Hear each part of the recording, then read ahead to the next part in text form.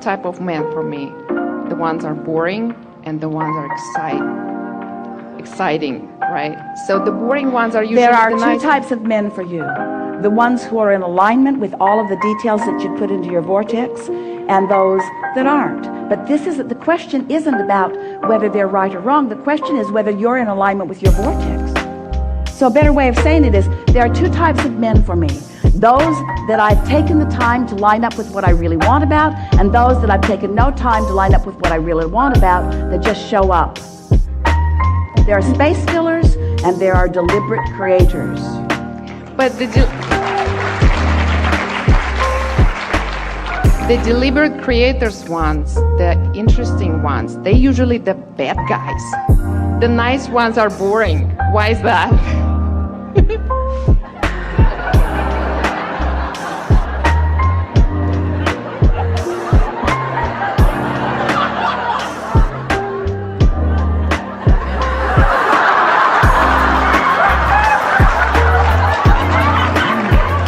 All right, we're going to start at the very beginning. Are you refreshed? You create your own reality. I'm the bad and one. what you believe is the way it is for you. So everything you just said is true. We'd say it differently if you want it to be different, and we would convince ourselves there are powerfully aligned, beautiful men who are in perfect vibrational alignment with who they are, who understand that they live in an expansive universe, who are sifting through life experience and are coming to new conclusions, who are tuned into themselves, sensitive to their own emotions, and deliberate about guiding their thoughts, who are understanding that they can be or do or have anything. The planet is crawling with them. I just have to be there, right? But when you make statements like you just made, you don't have vibrational access to any of them. So you say, bad, boring, bad, boring, bad, boring, bad, boring, bad, boring. Tell a different story. And then line up with the story that you tell and watch what happens.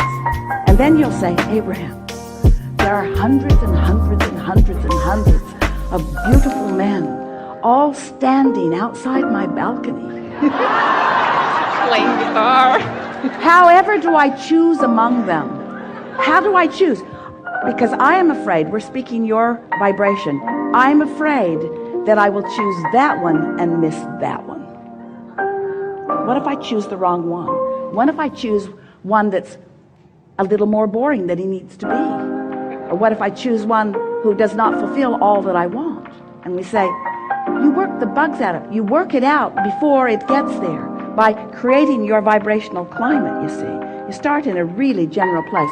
Before this gathering has come to a conclusion, it is our promise to you that we will have many, many discussions about the attracting of all things that are important to you. This is a basis of understanding. You can be or do or have anything that you choose. And we can feel that your desire is in a strong place. Your belief is in the process of catching up with it. And you know, don't you know? Do you know? Do you know the way it feels when you say, what I want is hard to find? How does that feel? How does it feel when you say, what I want is rare and therefore hard to find? How does that feel? How does it feel when you say, what I want has already been identified by me, and Source is my placeholder on all of these magnificent details. And when I find a feeling, an impulse, I follow it. And with that impulse will come more information. Maybe what you're wanting is already completely created, is finalized for now, and is in your vortex. And maybe your work is just to find your way there. And when you do, we're going to talk a lot about, do you get how things move from that vibrational reality into your see it, hear it, smell it, taste it, touch it reality? Do you understand how that is? Do you? Kind of. It's a steady accomplishment of a frequency on whatever the subject is that holds no resistance. And you can tell that you're on the subject because it feels like elation when you focus there, or it feels like satisfaction when you focus there. There's not doubt and worry and struggle and strain. There's no stress in this alignment. So as you let that be your dominant intention, accomplishing this climate, it's your point of attraction.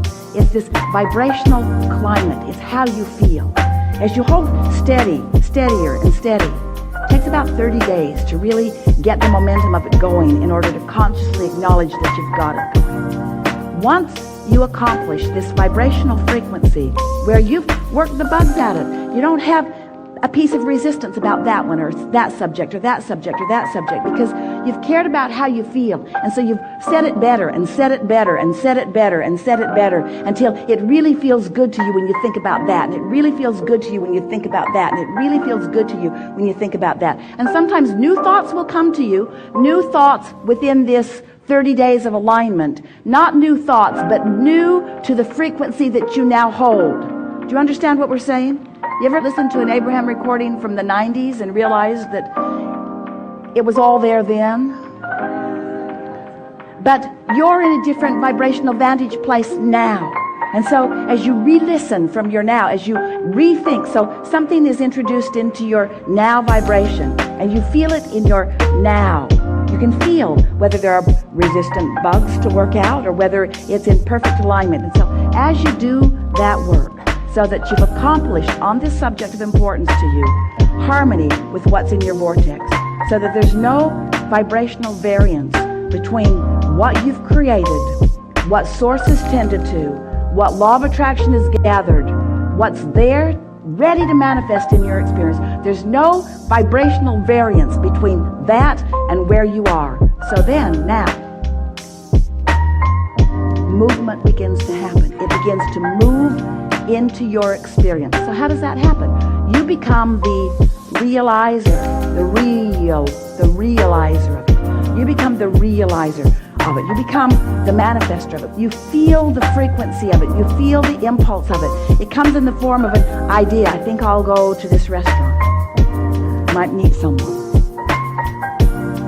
Oh, he's a hungry cat.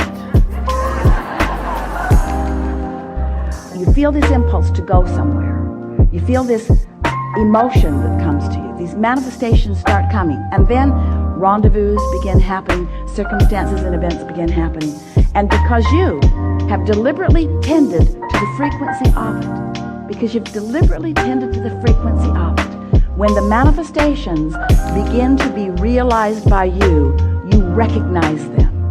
You don't miss them. You recognize them. You bounce off of them. You add to the momentum of them until before you know it, wherever you're standing in relationship with anything you want, you're feeling at ease about it because you know that things are always working out for you. And you begin to understand, this is so what we want you to understand, that you really didn't want the direct route to all of those things that you think you want anyway, because there are so many pieces of what you think you want that you're going to find along your trail to it, you see. There's no manifestation that satisfies you for very long. Esther would say to Jerry, oh, that's a beautiful car. That's a beautiful car. I think you should buy that for me. I think it will make me happy for the afternoon. And so there's got to be more and more and more and more and more and more. It turns out that it is that gap between where you are and where you're going that is life as you are living it.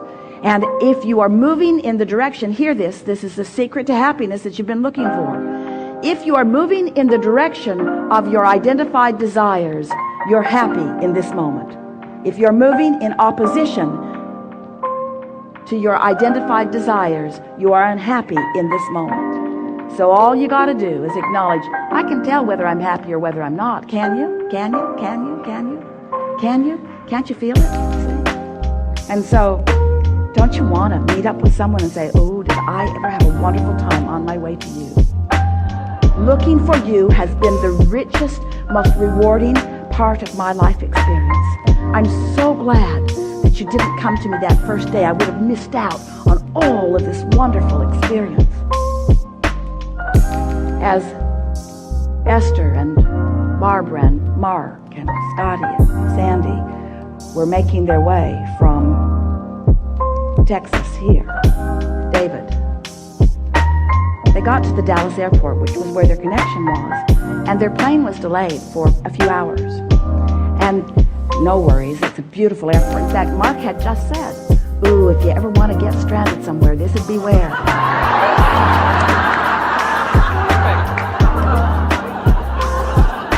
And Esther said, I know, look at this place. Every wonderful thing imaginable. Food and shopping everywhere around. Lovely seats, places to plug things in. It was really a beautiful place. And so then they found out that their flight was delayed. No problem, there's a wonderful lounge. Esther went up and gave them her American Express card, which allowed some of them in and paid for some to come in. And now they're in a place where the bar is open to them, the food is open to them.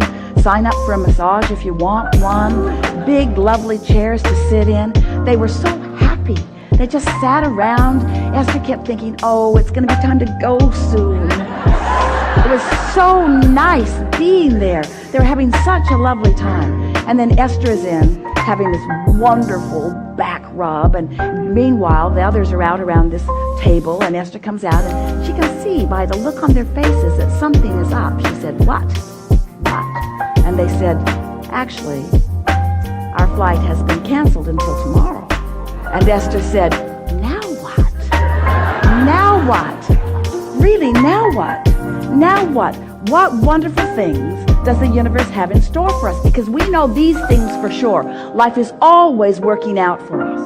And since they had allowed enough leeway, there wasn't anything to worry about in preparation for you, it was easy to just relax into it and let the universe have its way with them. There is a Grand Hyatt in the Dallas airport, right outside security. They went there, they rode up the escalator, and found themselves in perhaps the most beautiful hotel that they've ever been in, with lovely rooms waiting for them. They opened their doors, and the shades went up, and the music came on, and the lights began to twinkle just right, and a restaurant with wonderful food.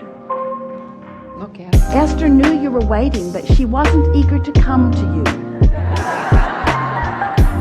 She knew that eventually they would all rendezvous and it would be perfect. But meanwhile, what a wonderful journey they're having on their way to a wonderful journey, that they're having on their way to a wonderful journey, that they're having on their way to a wonderful journey. Does it really matter where you are if this is a wonderful journey? Don't you want to stop feeling angst about not being over there and start loving where you are? Don't you want to look for the positive aspects of where you are? Don't you want to believe that the universe knows who you are, knows what you want, knows where what you want is, knows the path to it, and knows that the path to what you want is what you want?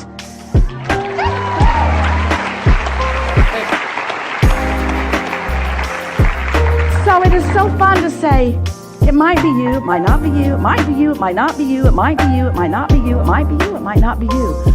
But meanwhile, what a wonderful experience. What a wonderful exposure to life. Yeah? Yeah.